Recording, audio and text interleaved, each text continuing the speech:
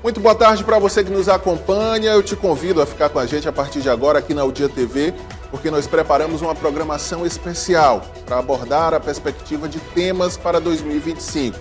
Na política, o destaque é a posse dos novos prefeitos e vereadores e a conjuntura no Piauí após as eleições municipais de 2024.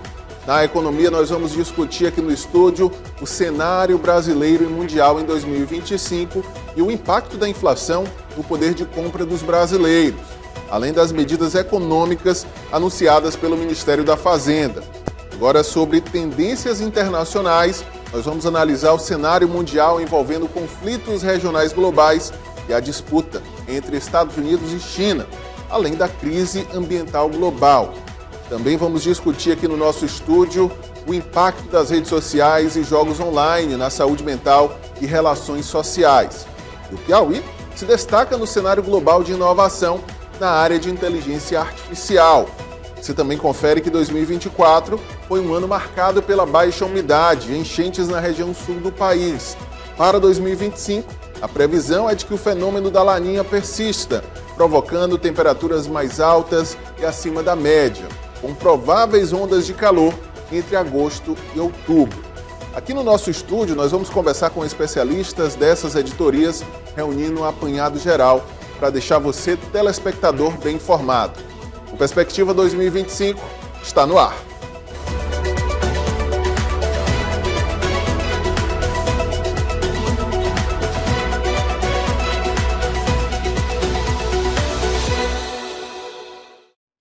O ano de 2025 deve começar com a redução da transferência de recursos para a população de baixa renda por meio dos programas sociais, como Bolsa Família, além também de interrupção nos cortes da taxa de juros, o que também deve contribuir para um cenário, é o que se espera, de menor crescimento econômico.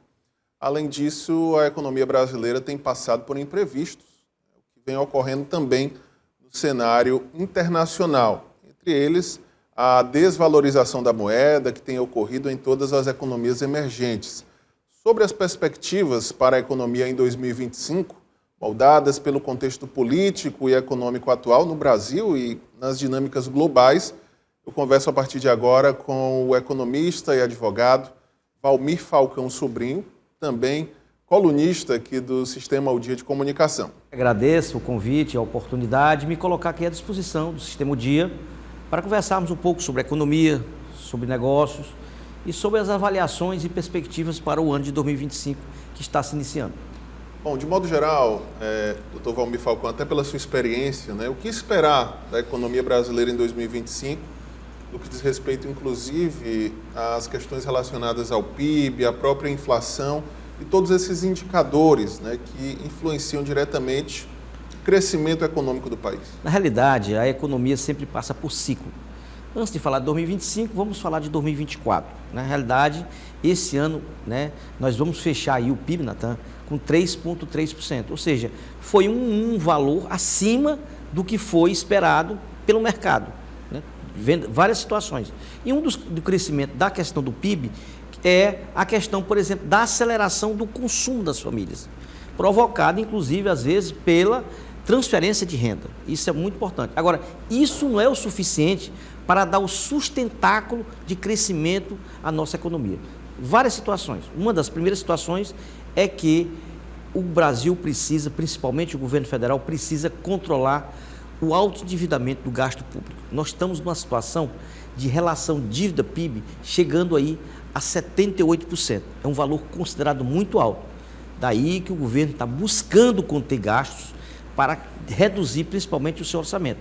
Nosso orçamento, ou seja, nossas dívidas primárias, está chegando a 90%. Ou seja, temos pouca coisa para investimentos. Ou seja, nossos gastos e despesas discricionárias são muito pequenas. Então, o governo federal precisa, com urgência, buscar situações para que haja um corte nos gastos públicos, principalmente, buscar situações onde haja um crescimento da receita sem estrangular o contribuinte, e aí sim você dá uma sustentabilidade econômica e fiscal para o Brasil. Mas aí nesse sentido, doutor Valmir, nós acompanhamos agora na reta final de 2024 um pacote de medidas que foi anunciado pelo governo federal, o debate sobre a reforma tributária também voltou a ficar bastante aquecido, né? Para 2025, quais são as perspectivas realmente nesse cenário? O senhor acredita que o governo vai conseguir equilibrar, né, essa relação de despesas e receitas sem afetar de forma direta o consumidor, o contribuinte? Boa pergunta. Por exemplo,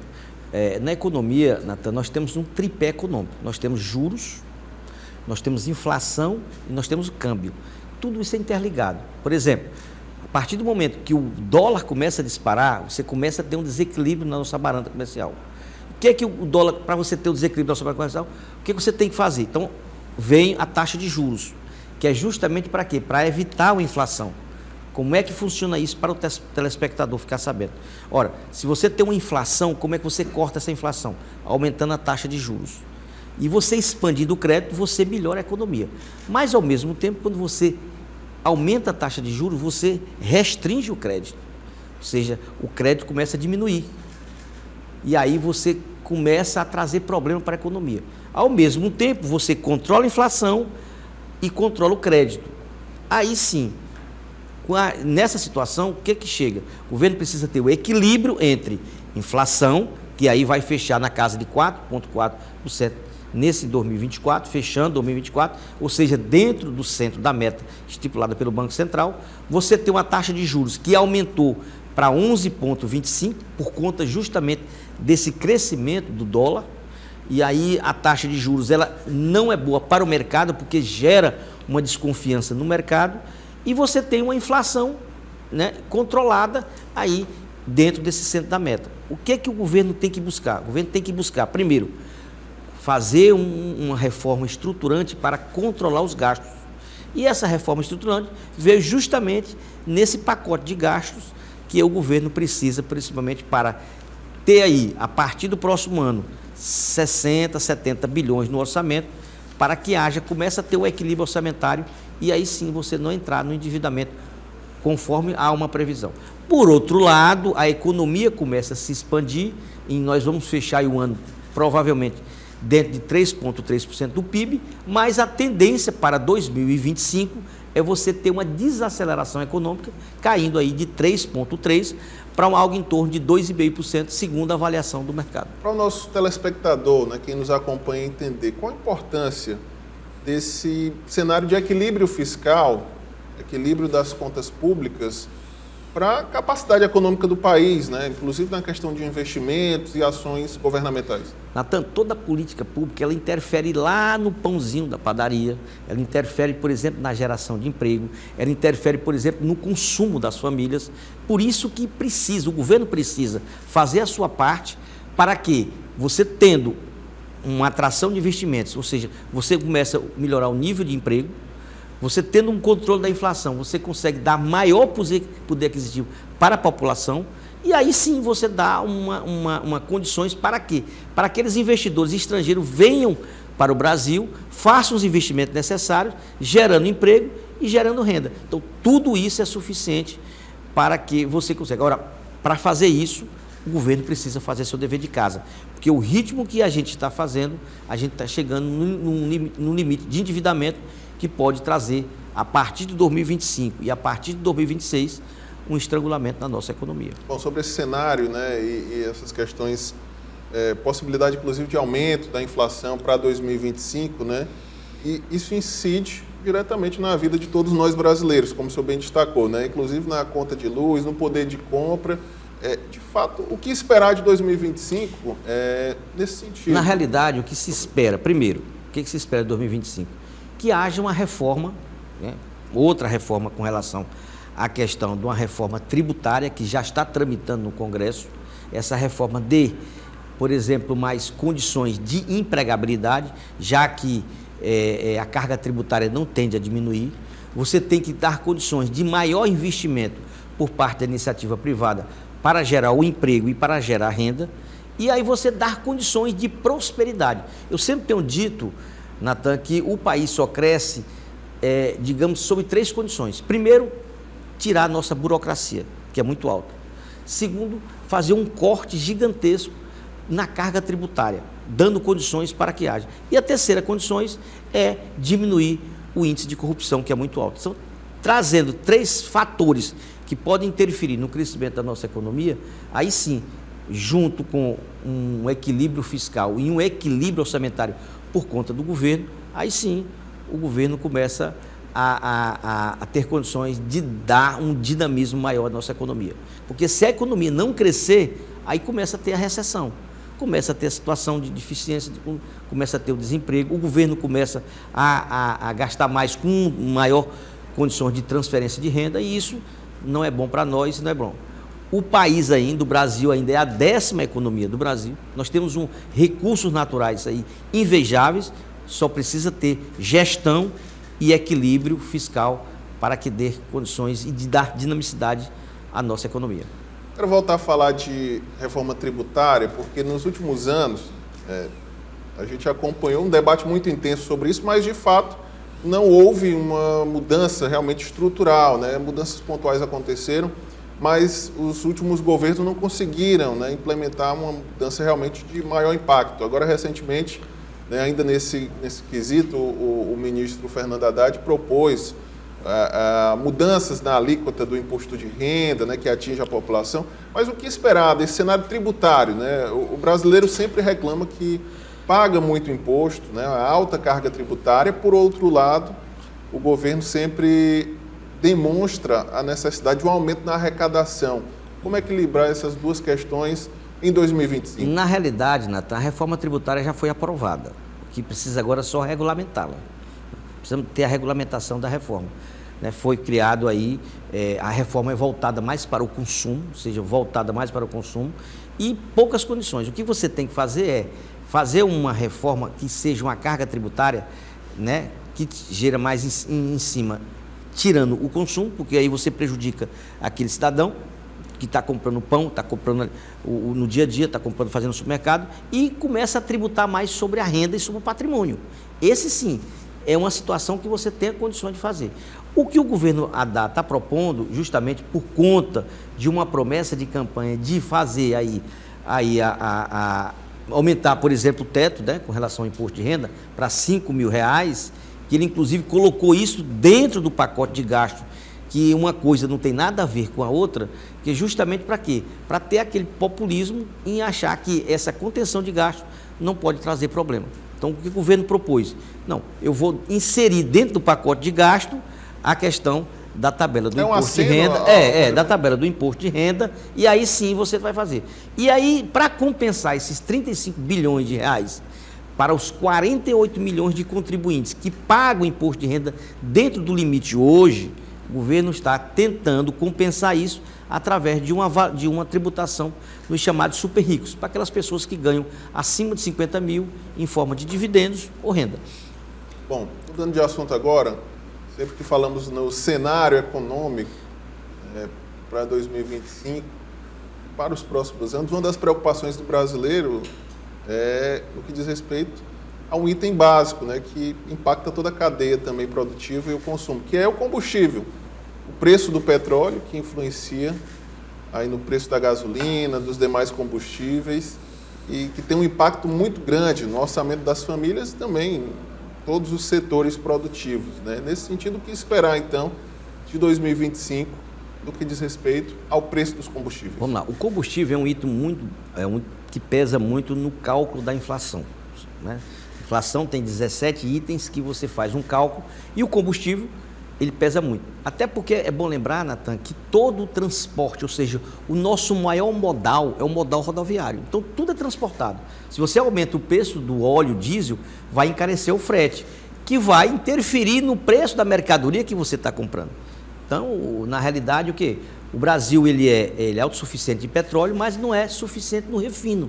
Então, tem que refinar fora. Nessa questão de refinar fora, entra a questão do câmbio. Então, a gasolina chega um pouco mais cara, dada essa situação. Então, assim, o que a Petrobras precisa ser feito, até porque a Petrobras é a nossa maior estatal, o que precisa ser feito é dar um preço do combustível que seja um preço compatível com a renda do brasileiro. Porque se você aumentar demais, você começa a encarecer o produto, principalmente o diesel, dentro do transporte do modal rodoviário.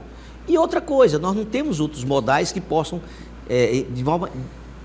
diminuir o preço do preço, que seria o modal ferroviário ou a questão do modal marítimo. Então, tudo isso é feito do modal rodoviário, que encarece o frete, que repercute e impacta no preço daquela mercadoria que termina inflacionando para nós consumidores e principalmente para a renda do consumidor. Daí que o combustível é uma peça importante, é uma política que tem que ser feita de forma bem séria pelo governo federal para não impactar na renda do brasileiro. E aí, nesse sentido, né, eu lembro aqui desse debate muito intenso, né, sobre transição energética. As energias alternativas, né, o combustível verde, né, o próprio hidrogênio verde que tem se notabilizado aqui no Piauí com grandes projetos, né? Esse debate também deve ser marcante em 2025, né, de transição energética? A realidade, sim, não tenha dúvida. Hoje, as energias renováveis, tanto a energia, digamos assim, tanto a eólica como a fotovoltaica, são energias que estão transformando, por exemplo, o Brasil e, sobretudo, o Nordeste, e principalmente o Piauí está inserido nessa política, porque está crescendo a ritmo, a passos muito largos, e isso é bom, né? Principalmente porque impacta na renda dos municípios e também traz condições de renda, por exemplo, para o estado do Piauí. E o estado do Piauí está na vanguarda, na tampa, com relação à questão do hidrogênio verde, tanto o estado do Piauí como o estado do Ceará. Então, o que se precisa, por exemplo, com relação ao estado do Piauí? É acelerar essa questão da dinamização do nosso porto, buscar mais condições de você fazer uma política de transição com relação à questão do hidrogênio verde, e o governo do Piauí precisa fortalecer mais a atração de indústrias de energias, sobretudo voltada para a energia solar, que nós temos aí uma incidência solar muito alta, e também a energia eólica, que aí está crescendo muito, sobretudo na questão do sudoeste do estado do Piauí. A longo prazo, você acredita que o fato do Piauí estar na vanguarda, digamos assim, desse processo, né, vai trazer impactos positivos na nossa economia? Já está impactando no nosso PIB. Por exemplo, o estado do Piauí, por exemplo, está com um crescimento do PIB acima do PIB nacional. Mas o problema, Natan, é que o estado do Piauí tem a participação no PIB, no contexto nacional, de 0,6%. E a nossa tendência é crescer, por exemplo, a participação do Piauí no cenário nacional. Por isso que é importante a atração de muitas indústrias, principalmente as indústrias de alternativa de energia, para que você comece a impactar na nossa renda. Ou seja, o PIB do Piauí está crescendo, mas precisa crescer muito mais para que a gente entre na questão do destaque, principalmente, sobretudo, desses recursos naturais que o estado do Piauí tem.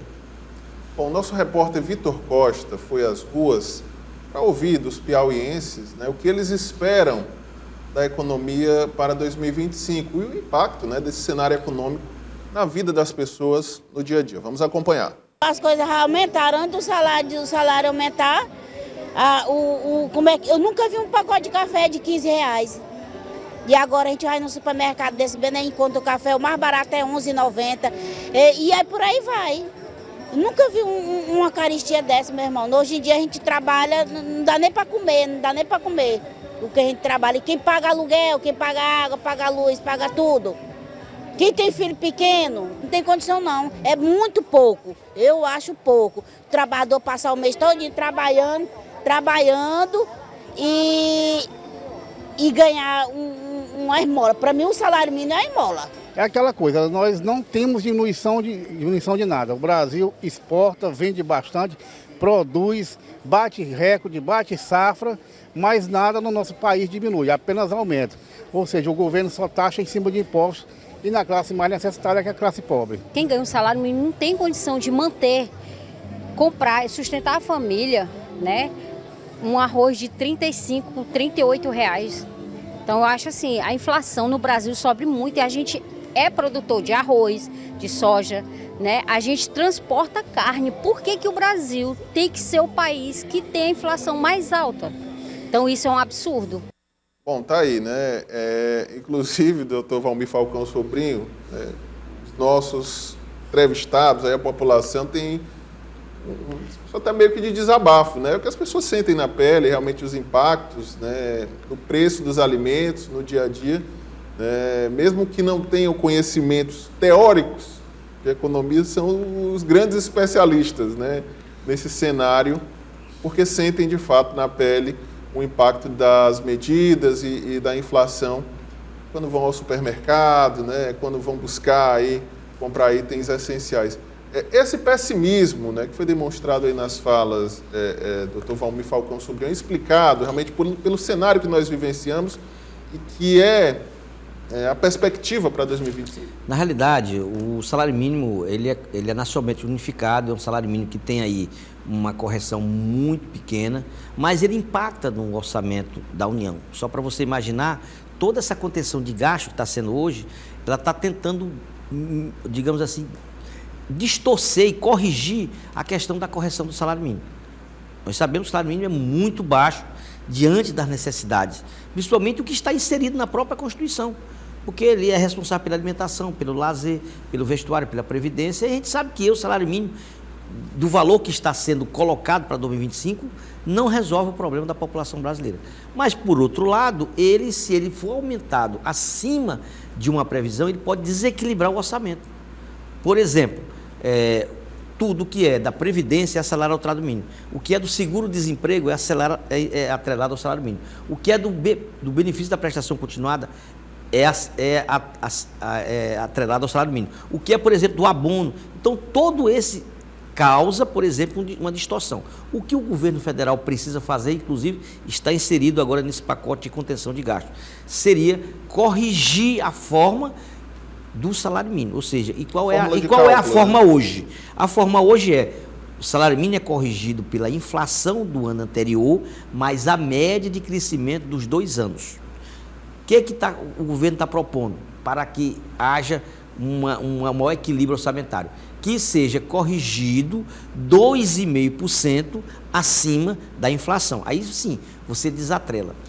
A realidade, uma das coisas que hoje, né, que inclusive está sendo proposto por uma PEC alternativa de 3 deputados lá da Câmara, que é o deputado Kim Kataguari, o deputado Júlio Lopes e o deputado Pedro Paulo, é uma PEC que inclusive pode até 2031, Natan, ter aí um superávit de 1,1 trilhão de reais, se você desindexar, por exemplo, as despesas da saúde e da educação do orçamento, porque o nosso orçamento é todo engessado. Seria uma forma, por exemplo, de você melhorar isso. Agora, para a dona de casa, para o trabalhador, o que a gente precisa é que o poder aquisitivo nosso aumente, para que você tenha mais produto na mesa do trabalhador, você precisa melhorar mais, comprar mais coisas no supermercado, você precisa, com o seu salário, ter condições de viver mais de forma digna. Isso aí é fato, que nós precisamos fazer.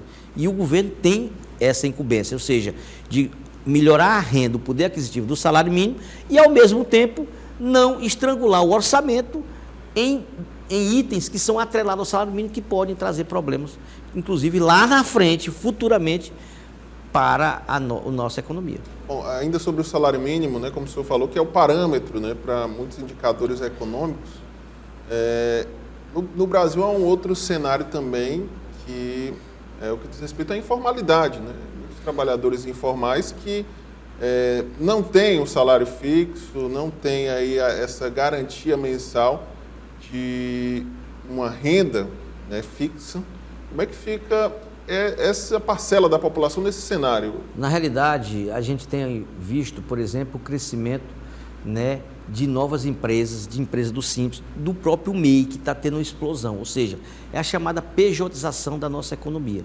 E isso, às vezes, até melhora porque você começa a, digamos, a desburocratizar e a desonerar, porque à medida, Natan, que você começa a trabalhar de forma de pessoa jurídica, ou seja, de pejotização, você começa a diminuir. E, além do mais, além de você tentar negociar através, né, com o seu prestador de serviço, você se insere dentro da Previdência Social.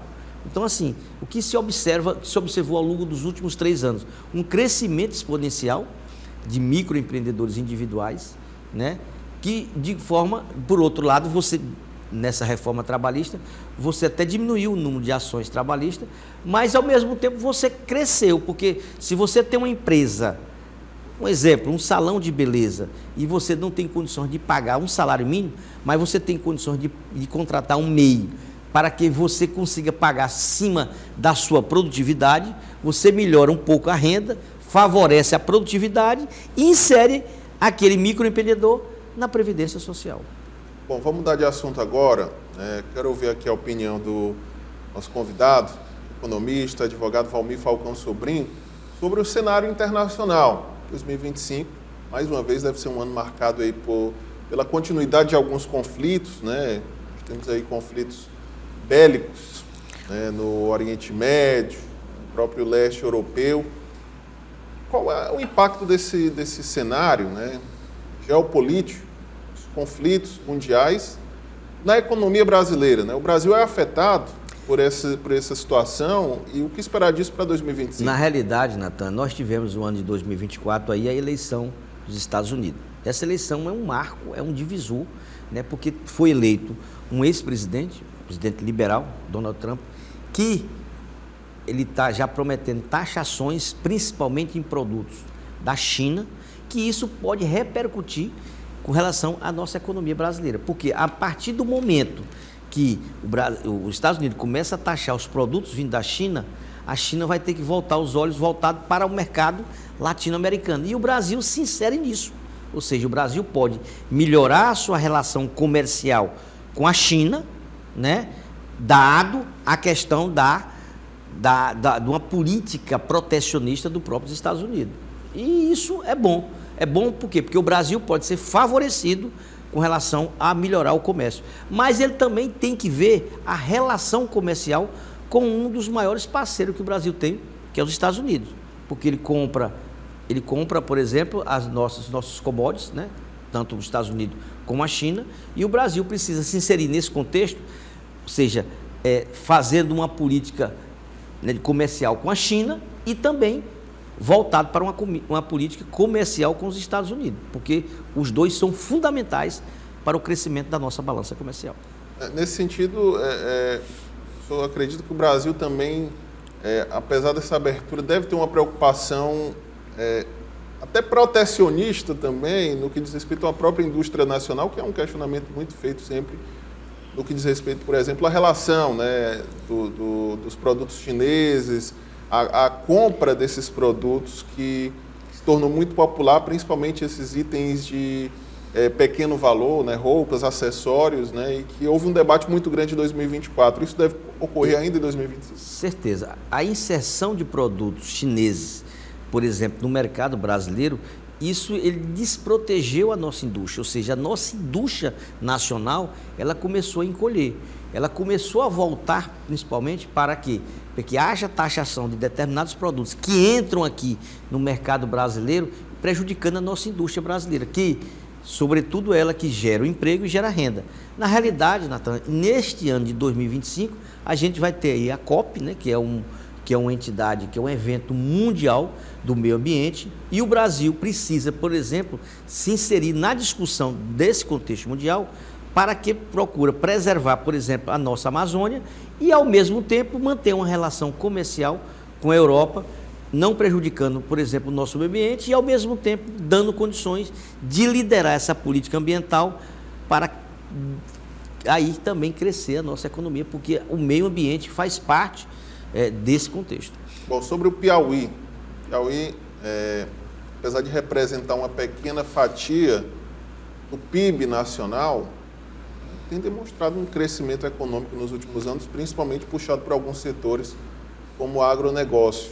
Para 2025, essa tendência deve continuar de crescimento econômico? Quais são os setores aqui no Piauí que devem, de fato, ter o protagonismo nesse segmento, no crescimento econômico do nosso estado? O agronegócio vem despontando no Piauí há mais de 5 anos. Ou seja, o crescimento é exponencial.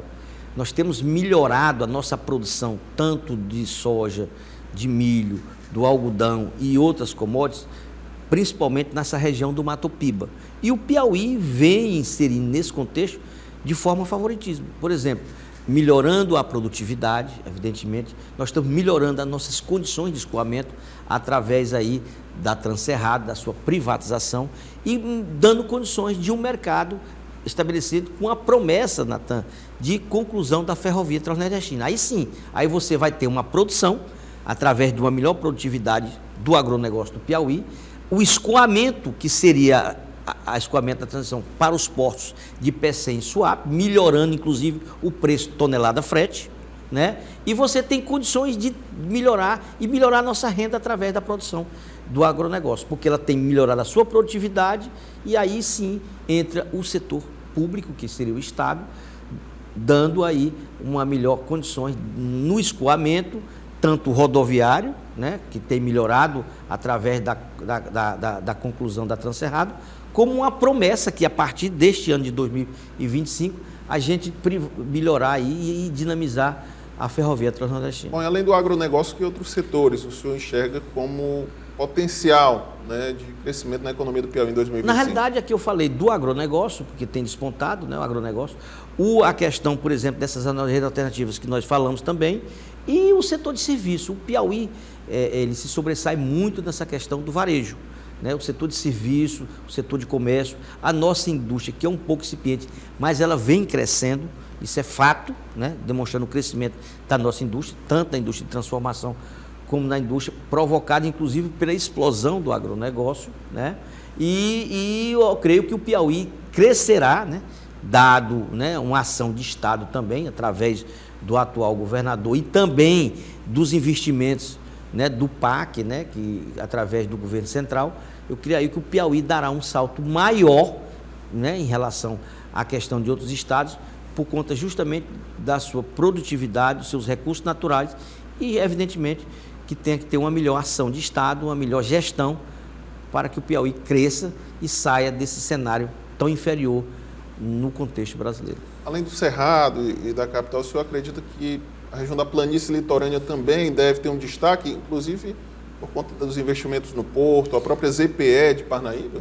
É isso que tem, por exemplo, destacado. Nós temos lá para a região de Parnaíba. Parnaíba hoje é outra situação econômica. A gente vê a explosão de Parnaíba, tanto, né, nessa promessa da conclusão do porto do Piauí, como também na zona de processamento, que é uma zona muito importante, e o crescimento toda essa região, né, através da questão turística, da melhoria do setor de serviço, na parte hoteleira, e creio que o Piauí, né, tem condições de se destacar nessa questão do turismo, porque nós estamos muito atrasados ainda em relação tanto ao estado do Ceará, como ao estado de Pernambuco, Lagoas, Bahia, com relação a essa questão do turismo. Temos potenciais, sim, né? Precisamos dar condições, né, tanto de gestão, de transparência, de capacitação dessa região para que a planície litorânea, ou seja, o norte do estado, cresça tanto do ponto de vista industrial como do ponto de vista turístico.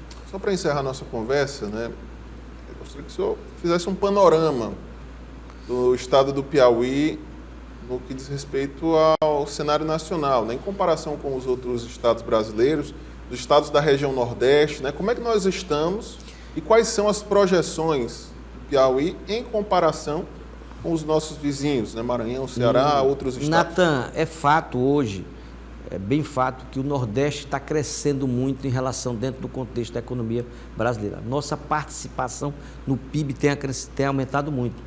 O estado da Bahia, o próprio estado de Alagoas, o estado de Sergipe, o Rio Grande do Norte, o Ceará, o Maranhão, o Piauí. E eu digo pelo Piauí, não fazendo essa questão do bairrismo, mas o Piauí tem crescido em todos os setores. Nós estamos destacando, por exemplo, na geração de emprego, em produtividade, em produção de grãos, por exemplo, em melhorias na situação de escoamento de estradas. O Piauí tem se destacado, por exemplo, na área da educação. O Piauí tem destaque na área da saúde. Então, assim, o que precisamos é que haja uma maior empenho, né, empenho do setor público, uma maior transformação da área privada através de uma capacitação voltada, inclusive, e aí se destaca a questão da tecnologia, né, que é importante para isso, da sua produtividade, e também da educação, que é fundamental para que você tenha condições aí de melhorar a nossa produtividade e aumentar a nossa renda, aumentando a participação do estado do Piauí na participação da economia nordestina, como também da economia nacional. Doutor Valmir Falcão Sobrinho, economista, advogado, colunista aqui do Sistema Ao Dia de Comunicação, muito obrigado pela sua presença conosco aqui na Ao Dia TV. Obrigado aí pela análise, né, sempre precisa, do cenário econômico do Piauí, do Brasil, do mundo. Obrigado pela sua participação e feliz 2025. Eu que agradeço a oportunidade, me coloco aqui à disposição para nós discutirmos a questão. Piauí tem um potencial muito grande e quero desejar, né, a cada piauiense que seja um ano venturoso e que seja um ano de muita paz e muita saúde para todos nós. Bom, e nós vamos a um rápido intervalo. Na volta, vamos receber o professor de Geopolítica João Paulo Rabelo, que vai analisar as influências dos conflitos globais aqui no nosso país. É um rápido intervalo. Até já.